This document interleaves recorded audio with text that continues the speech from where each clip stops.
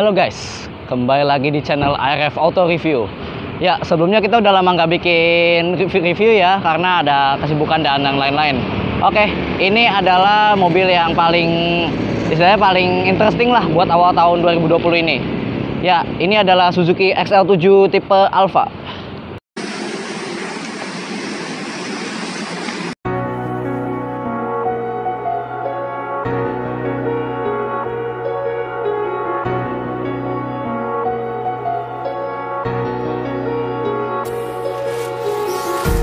Empty hearts and neon lights, they're playing with my mind. Gotta get out of here tonight. Oh, I wanna run off and fly. Oke, sekarang kita bahas dari bagian depan dari Suzuki XL7 ini.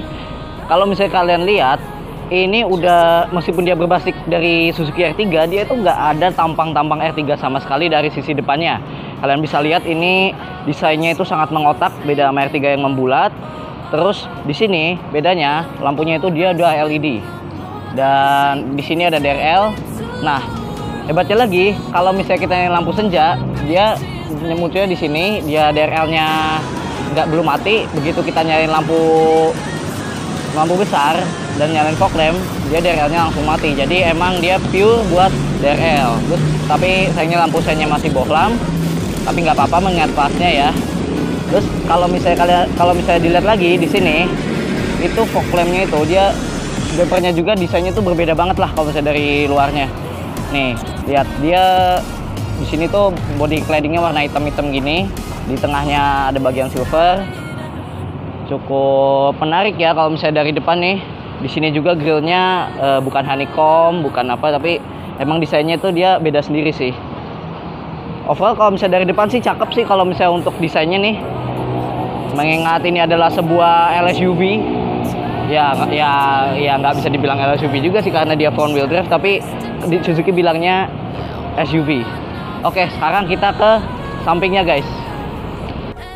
Oke, sekarang kita akan membahas untuk mengulas desain samping dari Suzuki Suzuki XL7 ini. Ya, gue bilang kayak gitu karena di sini dia ya masih kelihatan aura R3, terutama di bagian samping sebelah sini nih. Kalau ke depan dia udah XL7, tapi kalau misalnya samping ke belakang dia pure R3. Tapi yang saya amazed dari sini, di sini itu dia velgnya beda sama R3, dia lebih besar. Dia itu ukurannya itu 195 60 R16 garing 16, jadi beda sama R3 yang masih ring 15. Terus desainnya juga keren ya, dia beda sama yang lain lah, dia gitu desainnya. Terus kalau misalnya kalian lihat di sini itu ada side skirt atau biasa orang bilang side body molding, beda sih sebenarnya. Di sini ada bagian cladding hitam gini. Kalau kata Kang Aspros itu tambahan daging. Di sini juga dia ada over fender. Untuk rem belakang dia masih tromol, wajar mengingat kelasnya. Dan yang untuk tipe Alfa, dia itu di sini udah ada handle chrome dan udah keyless juga. Oke, di sini juga udah ada talang air nih Suzuki Sport. Ini tuh makin racing ya kalau kata Om Laknats ya. Di sini juga ada towing bar, bukan towing bar. Ada roof rail. Oke. Sekarang kita ke belakangnya aja yuk. Let's go. Oke, sekarang kita mengulas desain belakang dari Suzuki XL7. Ya, kalau misalnya kalian lihat, ini lampunya R3, bagian sini juga R3. Ini spoilernya ini, kalau kalian perhatiin, ini mirip dengan Suzuki R3 Suzuki Sport. Tapi dia bedanya, dia ada bagian silver seperti ini mengelilingi ya. Ya, jadi lumayan ramai sih kalau menurut saya. Kalau misalnya yang tipe Zeta dan Beta itu dia belum ada spoiler dari Suzuki Sport ini. Terus dia belakangnya ada rear defogger, di sini ada rear wiper. Terus ini dia sekarang warnanya jadi dihitamin ya, hitam glossy ya. Jadi bukan warna yang sewarna dengan ini. By the way ini warnanya orange baru nih di XL7 dan cuma tersedia di tipe Alfa. Karena ini atapnya ini two-tone. Kalau kalian lihat nih, atapnya hitam, ininya warna orange. Terus di sini ada chrome yang which is menurut saya itu agak keramaian, tapi nggak apa-apa. Di sini ada rear body kit nih. Oke. Di sini juga untuk reflektor belakangnya ini dia horizontal. Oke. Sekarang kita ke dalam yuk. Oke, sekarang kita ulas interior dari Suzuki XL7. Pertama kita nyalain dulu. Dia udah push start stop engine button. Jadi udah sama kayak Suzuki R3 Suzuki Sport juga. Terus dia untuk speedometernya ini keren banget. Karena dia itu udah ada MID-nya. Masuk aja. Nah, ini adalah panel instrumen dari Suzuki XL7. Dia beda banget sama R3, bahkan sampai R3 tipe tertinggi yaitu Suzuki R3 Suzuki Sport. Dia itu beda banget dari sisi MID-nya. Karena kalau Suzuki R3 Suzuki Sport, panjang banget sih namanya. Copyright. Kalau misalnya Suzuki R3 Suzuki Sport, panjang banget sih namanya. Oke. Di sini tuh dia masih monokrom dan MID-nya belum terlalu lengkap. Kalau ini kita ini udah ada average fuel economy, jadi buat konsumsi bahan bakar rata-rata sama range-nya. Ini ada odometer sama ada trimeter, ada trip A. Nah ini terus ini buat ngukur seberapa irit kita mengemudikan mobil XL7 ini. Terus di sini untuk kecepatan rata-rata. Nah ini buat jam. Apakah ini jam? Ya ini jam, cuman jamnya emang kurang ini ya, mungkin belum disetting. Nah ini motion ini keren banget sob. Jadi kalau misalnya kita ini, kalau misalnya misalnya mobil ini lebih berat ke kanan atau ke kiri, dia bakal ngukur seberapa miring mobilnya. Kalau misalnya kalian cuma berdua dan mobilnya ngarah ke kiri atau ke kanan, bisa jadi mobilnya kempes atau penumpangnya yang banyak dosa. Oke, terus ini untuk MID-nya ada apa lagi? Di sini ada torque dan power. Nah, ini keren banget sob.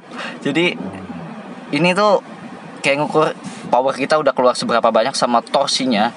Ya meskipun ini cuma mesinnya 1500 cc yang sama seperti R3, tapi ini patut dihargai sih fitur seperti ini. Ini buat ininya ya, buat ngukur seberapa akselerasi sama brakingnya. Nah kita injek rem, itu dia langsung seperti ini. Ngegas dia langsung nambah gitu. Lucu sih fiturnya sih. Banyak banget ini menu di MID-nya. Ini kosong. Nah balik lagi ke yang tadi, yang pertama. Ini buat maintain mesinnya masih analog, which is biasa aja ya, cuman lumayan sih. Kalau misalnya dari sekilas tuh sporty banget gitu. Oke. Nah, sekarang kita bahas posisi berkendara dari Suzuki XL7 apa XL7 nih. Enaknya XL7 aja ya, biar gampang ya. Pertama ini kalau misalnya setirnya itu dia cuma bisa tilt, tapi belum bisa teleskopik. Yang wajar sebenarnya buat di kelasnya. Untuk setirnya dia udah dibalut dengan soft pad ya. Di sini juga udah bahan silver gini. Di sini buat ngatur audio, ini buat ngatur Bluetooth dan segala macem. Nah, di Bluetooth. Nah, sayangnya dibandingkan Xpander Cross yang udah keluar duluan, dia belum ada cruise control di sini. Padahal kalau misalnya ada cruise controlnya dia lebih komplit. Terus klaksonnya. Nah, klaksonnya standar R3. Terus kalau misalnya kita lihat di sini, itu dia head unitnya. Nah, head unitnya ini ada Bluetooth, ada USB, ada aux, dan yang ngeletakinnya tuh di sini. Oke, ini AC-nya kurang lebih sama seperti Suzuki R3 Suzuki Sport yang udah kita review sebelumnya. Jadi dia di sini AC-nya udah digital. Ini buat fan speed, ini buat suhu dan udah ada heaternya. Di sini buat nyalain AC, ini buat auto mode. Oke. Kencengan. Oke, ini buat defogger belakang. Ini buat open close air. Oke, di sini udah ada 12 volt sama power outlet lah istilahnya. Di sini buat USB aux yang tadi udah saya jelasin. Ini di sini ini ada laci, dan kalau misalnya kalian lihat ini lucu men. Jadi ini tuh bisa masukin udara AC ke botol ini. Jadi bisa cup holder ini. Jadi minuman kita tuh bakal tetap dingin. Nice try gitu ya. Di sini matic-nya dia 4 speed. gear AT biasa, which is normal. Di sini buat handbrake-nya dia masih hidrolik. Sama di sini ada laci yang amat sangat kecil ya. Coba kalau bisa dibikin lebih panjang gitu mungkin lebih bagus, tapi nggak apa-apa lah. Untuk jok dia udah di sini tuh perpaduan ya bahannya, jadi sampingnya sampingnya kulit, jadi di sini tengahnya fabric. Nah, oke. Untuk bahan door trimnya di sini ada fabric dikit ya. Untuk suaranya kita dengerin dulu. Oke, untuk suara audio ini termasuknya lumayan. Cuman ini emang belum di setel ya. Mungkin dari echo bassnya dia terlalu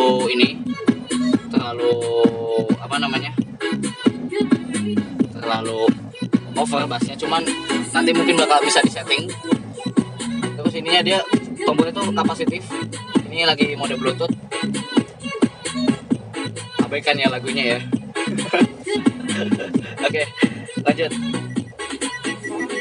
Oke, lanjut. Di sini ada hazard tadi yang udah kita jelasin ya, semua interiornya. Nah, di sini ada fitur yang cukup menarik. Jadi dia itu ada dashcam. Tapi dashcamnya bukan dashcam yang ditaruh di sini terus munculnya di sini. Dia itu Suzuki itu menamakannya Suzuki Smart E-Mirror. Jadi mirrornya ini dia memiliki beberapa fungsi. Contoh buat lihat depan sebagai dashcam. Nah, ini ada marketingnya. Kalau misalnya kalian mau pesan Suzuki, nanti saya kasih di deskripsinya. Oke. Ini tuh dia bukan cuman buat kamera-kameraan doang, ini juga bisa buat ngerekam. Asalkan kalian punya micro SD di balik, ada di sekitar sini, dicolokinnya. Ini juga buat ada kamera belakang juga udah ada. Nah, terus lebih uniknya lagi, kalau misalnya kita gigi mundur, di sini ada lagi, meskipun emang belum bisa ngikutin arah setir garisnya. Ini udah ada 3 kamera dalam sebuah mobil. Keren loh, buat LMPV loh ini. Ya, ini dari sun visor-nya dia sayangnya masih polos ya. Dan ini sun visor-nya tergolong kecil buat mobil yang sebesar ini. Tapi ya udahlah ya, ini masih polos. Kalau di sini dia sudah ada vanity mirror, cuman belum ada lampu dan belum ada penutupnya. Jadi sayangnya tuh dia belum ada cup holder di sini juga. Tapi kalau misalnya cup holder sih di sini juga ada ya. Jadi aman lah. Oke. Sekarang dari depan itu udah. Sekarang kita lihat ulas di bagian belakang aja yuk. Let's go. Oke, sekarang kita masuk di baris kedua dari Suzuki XL7. Ya, kalau misalnya kalian lihat ini dia itu nggak terlalu jauh beda sama R3 biasa ya. Dia masih lega. Ini which is yang paling mundur. Kita coba yang paling maju. Kita coba yang maju. Ini posisi mengemudi saya. Saya tingginya 170 cm. Di sini juga masih aman loh. Dan ini headroomnya sangat luas. Jadi ini tuh termasuknya nyaman buat LMPV ya. Termasuknya luas. Nah, terus di sini dia ada AC double blower yang pengoperasiannya itu diputer. Lumayan keren, tapi dia emang belum sekeren Wuling Convero ya. Di sini udah ada armrest. Nah, ini fitur yang sempat hilang dari Suzuki R3 generasi kedua. Jadi kalau R3 pertama yang udah pernah kita review itu dia ada armrest di sini. Kalau yang generasi kedua awal-awal itu sempat hilang dan di awal 2020 ini dia dimunculin lagi. Nggak tahu kenapa Suzuki itu seneng banget muncul terus ngilangin fitur, tapi nggak apa-apa lah. Which is ada usaha buat nambah fitur. Di sini seatbeltnya kalau yang tengah ini masih 2 titik. Nah, sekarang kita ke bagian baris ketiganya. Kita masuk ke baris ketiganya. Untuk metode pelipatannya dia masih seperti yang lama ya. Jadi dia modelnya terus di slide gini kayak Nissan Grand Livina. Oke, kita masuk ke bagian baris ketiga. Ini bangku ini dia belum mentok full, tapi dia masih menyisakan sedikit legroom di sini. Ya emang udah mepet. Ini belum maju banget ya. Kalau misalnya bang depannya itu lebih maju, dia pasti lebih nyaman. Nah, terus di sini dia bisa titik lagi untuk baris ketiganya. Jadi dia dan tidak ada headrest, jadi lebih nyaman.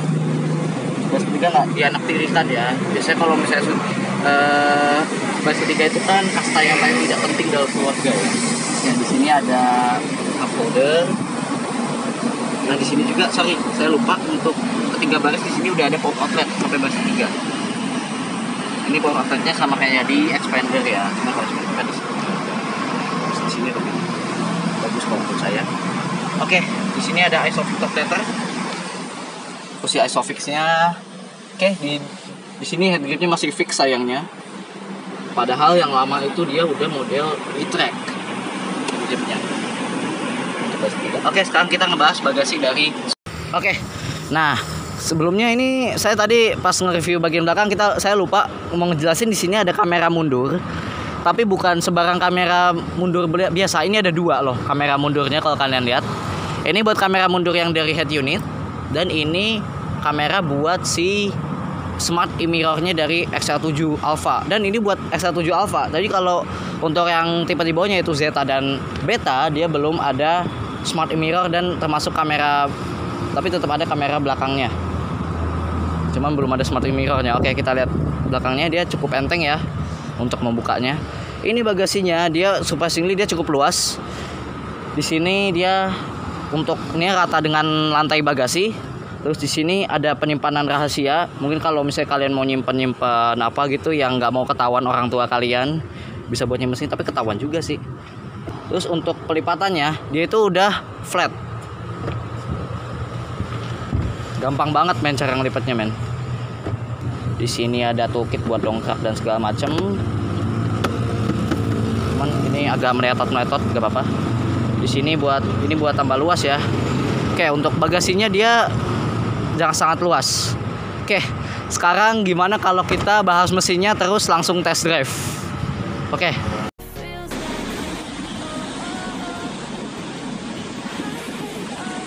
Dan untuk memuaskan rasa penasaran kami terhadap Suzuki XL7 ini, maka kami iseng test drive di sekitaran showroom yang luas ini. Dan kita akan kasih tahu kepada Anda gimana rasanya, karena ternyata cukup mengejutkan kami. Oke, sekarang kita test drive si Suzuki XL7. Kita pencet start button. Oh ya, dia udah ada ESP-nya juga ya, kita pakai. Dia udah ada ESP, Electronic Stability Program. Nyalakan AC, panas. Oke. Dia transmisinya itu gear AT 4 speed. Nah, untuk penyaluran tenaganya ini cukup smooth ya. Nah, ini dia karena si passengernya dia belum pakai seat belt. Untuk putaran ininya dia termasuknya gampang loh ini. Ini masih bisa dilibas loh. Dia untuk radius putarnya ini termasuknya gampang buat mutar. Nah, lihat sini. Jadi kalau berisik ini passengernya nggak pakai seat belt. Oke, kita putar.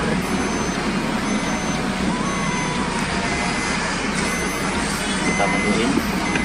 Dia untuk meskipun dia cuma gear AT 4 speed, tapi dia untuk tarikan ini udah termasuk halus loh.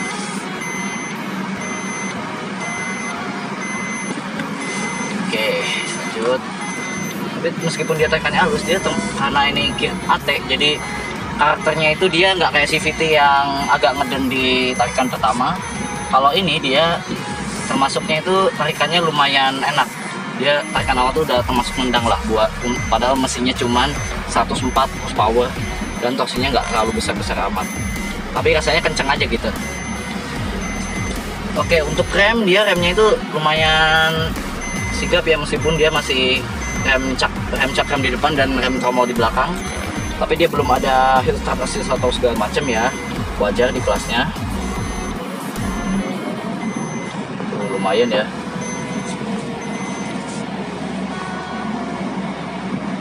Tuh, bisa ya, di meternya itu radius putar sempit pun bisa.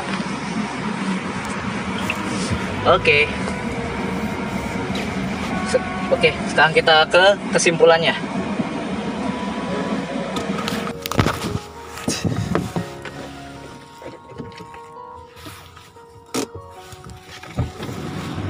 Oke, setelah kita test drive lalu udah review untuk Suzuki XL7 ini, gue dapat kesimpulan bahwa untuk di kelas LSUV yang dihuni oleh Honda BR-V, Suzuki XL7 ini, lalu Mitsubishi Xpander, lalu Rush dan Terios.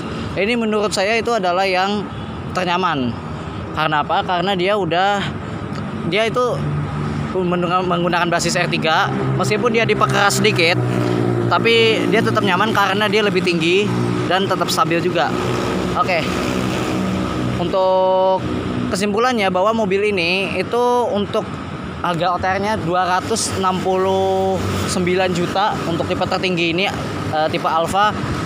Itu untuk harga OTR Karawang itu sangat worth it, mengingat dia itu udah fiturnya udah lengkap, lalu modelnya keren ya kan, terus bahan bakarnya juga irit.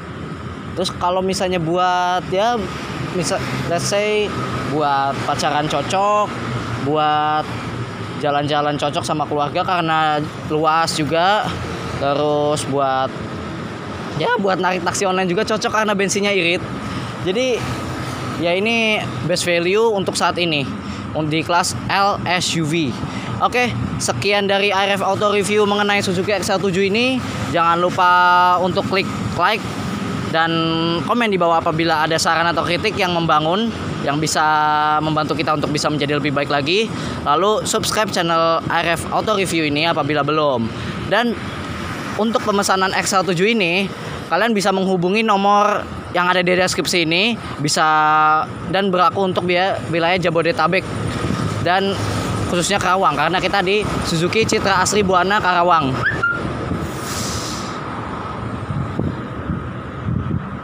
Oke, sekian review dari saya. Terima kasih sudah menonton. Bye.